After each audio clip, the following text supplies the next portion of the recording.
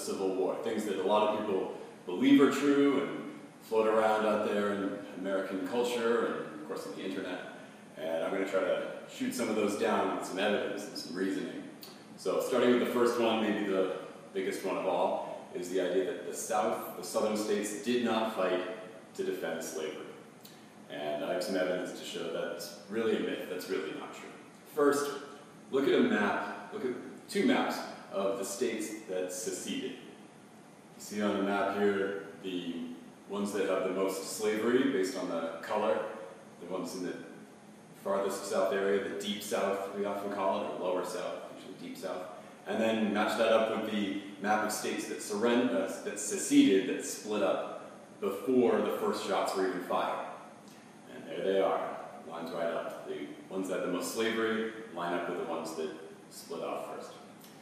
You can also look at the actual statements that the state governments made when they split up from the United States. They submitted official documents, and you can read those for yourself. And several of them specifically mention slavery.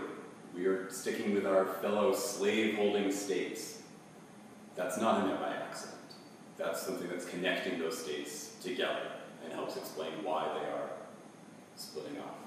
You can also listen to some speeches, or look at some speeches from folks who were in the Confederacy, in the southern states that split off. Robert Toombs of Georgia had his own thing to say, and then he becomes a major member of the new Confederate States government. Alexander Stephens, before he became vice president, said some very clear things as well. The fact that slavery or subordination, being below the superior race, is their natural and normal condition. He said that our new government is founded on that idea. Again, it's hard to run away from the fact that the Confederacy was split up from the United States to protect slavery. Now, you're going to hear part of this myth is that, well, the Southerners didn't fight because a lot of Southerners didn't even own slaves, and that is true. Most Southern white men did not own slaves.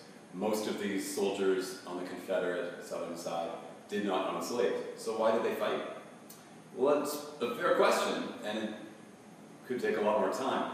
But I would use this quotation here from a Louisiana writer in 1861, when the states were, like Louisiana, starting to split. And I think he sums it up, the idea pretty well here. The non-slaveholder of the South preserves the status of the white man. They want to keep that idea together. So they're going to fight because they're in a slave society, but they're not slaves. So they're fighting to keep that way of life, that kind of society that had been in the southern states back since they were colonies, or since newer states like Texas and Alabama, since they were created. They'd always had slavery, and so these white men are fighting to keep that status, to stay above, because even the poorest white man was higher than the richest or even freest black man. And that's what they're fighting to keep. All right, I'm over here for the next myth. This is a myth about the North, the idea that the northern states had nothing to do with slavery.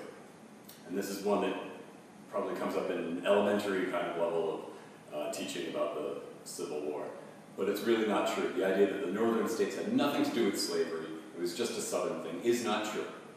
Now, for one thing, as we've covered in my class before, there were slaves in northern towns, even Massachusetts, even up in Vermont or New Hampshire, not many, but there was slavery through the American Revolution and even after the American Revolution in a lot of northern states, particularly New York and Pennsylvania. But here's the new thing. The economy of the North, those factories that were producing clothing, there are a lot of them in Massachusetts, in Lowell, Massachusetts, in Waltham, Massachusetts, on a lot of rivers. They were producing clothing. Well, where do you think they got that cotton from? The cotton to make the clothes was shipped straight up from those southern states. The North's economy depended on slavery. Even though there were no slaves, or very, very few slaves in the northern states, their economy depended on it. And you can see some maps here showing you the number of spindles. When you're looking at spindles, that's basically how many spinners of being able to make clothing there were. So larger factories would have more spindles. The point is, all those dots up above, That shows where there were a lot more factories, but they're getting that cotton from farther south. And you see there are some factories in the south, but not many. The point is these regions depended on each other. The north and the south depended on each other. The north was getting the supplies for cotton coming from the southern states, from the plantations, and it was all getting grown by slaves. They profited from it, and that's something that Southerners were very well aware of, and would even say back to Northerners who were trying to complain about slavery. They said, that's hypocritical, you're in need of this as well. So we can't say that slavery was just a Southern thing. When the North needed the products from the South, at least as much as the South needed to be producing that cotton. Okay, here's another one about the North. There's also the myth that Northern soldiers joined this army, helped, when Lincoln called for soldiers, they joined the Union Army, the US Army, to fight against slavery. What a wonderful idea, that's also not true. Many Northerners did not. In fact, the first group of soldiers joined to preserve the Union. They joined because Fort Sumter, the US fort in South Carolina, had been bombed by South Carolina, who was now declared to be another country. It was basically like another country had bombed a US fort. This is where that nationalist spirit comes in. You can't do that to the United States. We've stuck up for ourselves before, we'll stick up for ourselves again. That's what they joined in for. It's not until 2 years into the war that President Lincoln brings up the slavery issue anyway. From the very beginning, he announced it was to preserve the Union. And that's what thousands and thousands of Northerners are getting in for, not about slavery. In fact, it may not be nice to hear, but there was a lot of racist attitude and belief in northern states as well. When they're fighting against slavery, it's really not so much a white-black issue as a poor issue, an issue of slavery. You have whites who are worried that if slavery spreads, it might include them, especially poor Irish, poor Catholics, new immigrants who've come to this country are afraid that they might be getting enslaved because, again, these racist beliefs have them as sort of a lower race, just barely above any African race of people. And the best example, or really worst example, you could see of this, is in July 1863 in New York City, when the US Army starts drafting, starts requiring people to join the Army.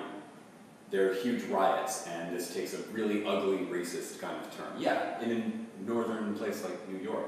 And there were other ones in Boston and other cities as well. The most famous one is in New York City. Over 200 people killed, hundreds and hundreds more injured, and some really disgusting, really ugly messages, and really disgusting and really ugly attacks on blacks, mainly by some of those poor whites who feel that they shouldn't be having to fight to defend this lower race. Again, it gets really ugly, and it beats down that myth that the North was just fighting to end slavery and to help the African American slaves in the South. It's really not true.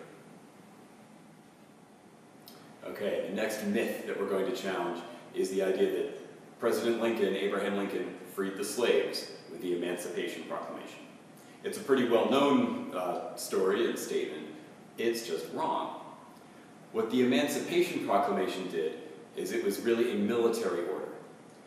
It announced that any slavery in the states that had rebelled against the Union, anyone who was in those states and owned slaves, those slaves would be freed when the military came through, whenever Army officers came through into Alabama, Tennessee, Louisiana, any of those states, that they were ordered to free the slaves. It did nothing about slaves in states that did not secede, the ones that did not rebel. That includes Kentucky, that includes Maryland, states that did not secede, that were on the border states. It didn't affect those. Because if he did end slavery, announce slavery was ending in those states, they probably would have left. They would not have stayed on the US side, they would have joined the Confederacy, and then the war would be much more difficult. So again, the Emancipation Proclamation by Lincoln did not end slavery. What did end slavery, what it took was amending the Constitution. Our system does not allow one person to affect property rights for everybody in the country. And it only, in a limited way, let him make an announcement about slaves in states that were calling themselves a separate country. That needed the army to enforce. And to do it for the whole United States took amending the Constitution. That means senators, representatives, state legislatures had to be involved. So that takes until the end of the war. Slavery does not get ended until the 13th Amendment, which is pretty short, but the language of it makes slavery illegal unless you're forced to do something as a prisoner. It does have that exception if you're in prison. But slavery, as we know and understand it, was made illegal when that Constitution Amendment was passed in 1865. And that's what the movie Lincoln was about. The movie Lincoln that came out recently was about that process. So again, Lincoln couldn't end slavery on his own. It takes a constitutional amendment to end slavery. The Emancipation Proclamation was a way to have the military free slaves, and the idea was to make the South a lot weaker, that they would lose slaves, and perhaps that slaves would find out about it and maybe feel more courage in southern states there to run away, which did actually work. Thousands and thousands of slaves do get their freedom at that time. But to end slavery completely, it's not Lincoln. It takes a Constitution Amendment to do that. Okay, so another one about Lincoln that's kind of connected to the Emancipation Proclamation myth as well. There's an idea out there that Abraham Lincoln was racist. This one's a little tricky because in a way, whether something's racist or not kind of depends on someone's opinion. So to prove a myth wrong, I really have to prove someone's opinion to be wrong, and that's a little different than the other four here. Here are some of the words that people use to explain why they think that Abraham Lincoln was racist. It's true, he didn't sound like an abolitionist. He made some speeches and wrote some things that don't sound like someone who wants to end slavery, and don't really sound very nice either. For example, he said in 1858, there is a physical difference between the two races. There's a physical difference between these two races, which, in my judgment, will probably forever forbid their living together upon the footing of perfect equality. And he says, I'm in favor of the race to which I belong having the superior position. He's in favor of the race he's part of, white, having the higher position. That doesn't sound good. Here's a few other ones he said. Perhaps the most famous one is a letter that he wrote to a newspaper columnist in the middle of the war. He said, if I could free the Union without freeing the slaves, I would do it. Again, making it sound like he's willing to let slaves be slaves if it means keeping all the states together in the United States.